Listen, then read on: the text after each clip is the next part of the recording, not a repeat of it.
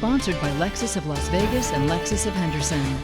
January has been dubbed as divorce month because so many couples call it quits after the holidays. But the rules for divorce change with a new tax law, and when it comes to your finances, it's better to figure things out sooner than later.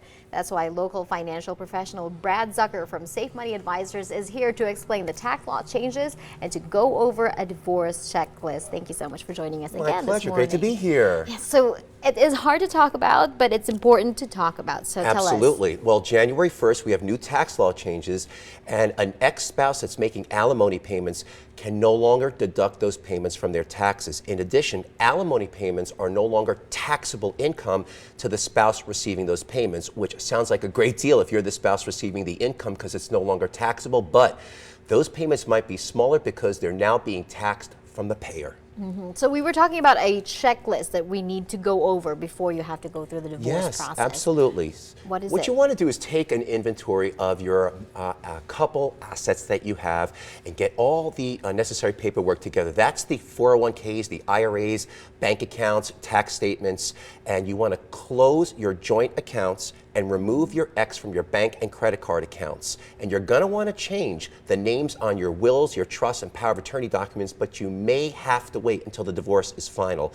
And we do have a divorce money checklist right on my website at safemoneyadvisorsnv.com to help people get started. Right, so is there anything else aside from, of course, we try to pre-plan what's going to happen? You mentioned something about retirement. Absolutely. What else should be on their checklist? Well, they should also be taking a look at creating a post-divorce strategy. Review what you've spent in the last year and create a budget that's going to fit your new situation.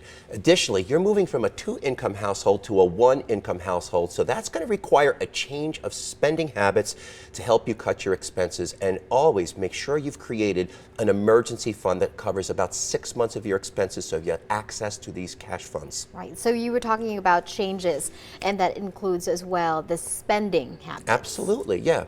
So what you want to do is take a look at your retirement accounts, your Social Security accounts. Do not overlook them, especially if you are financially dependent on your other spouse, and make sure that you sit down with a financial advisor to review your options. All right, thank you so much again My for pleasure. joining us, Brad. And absolutely. Of course, Money Talks is sponsored.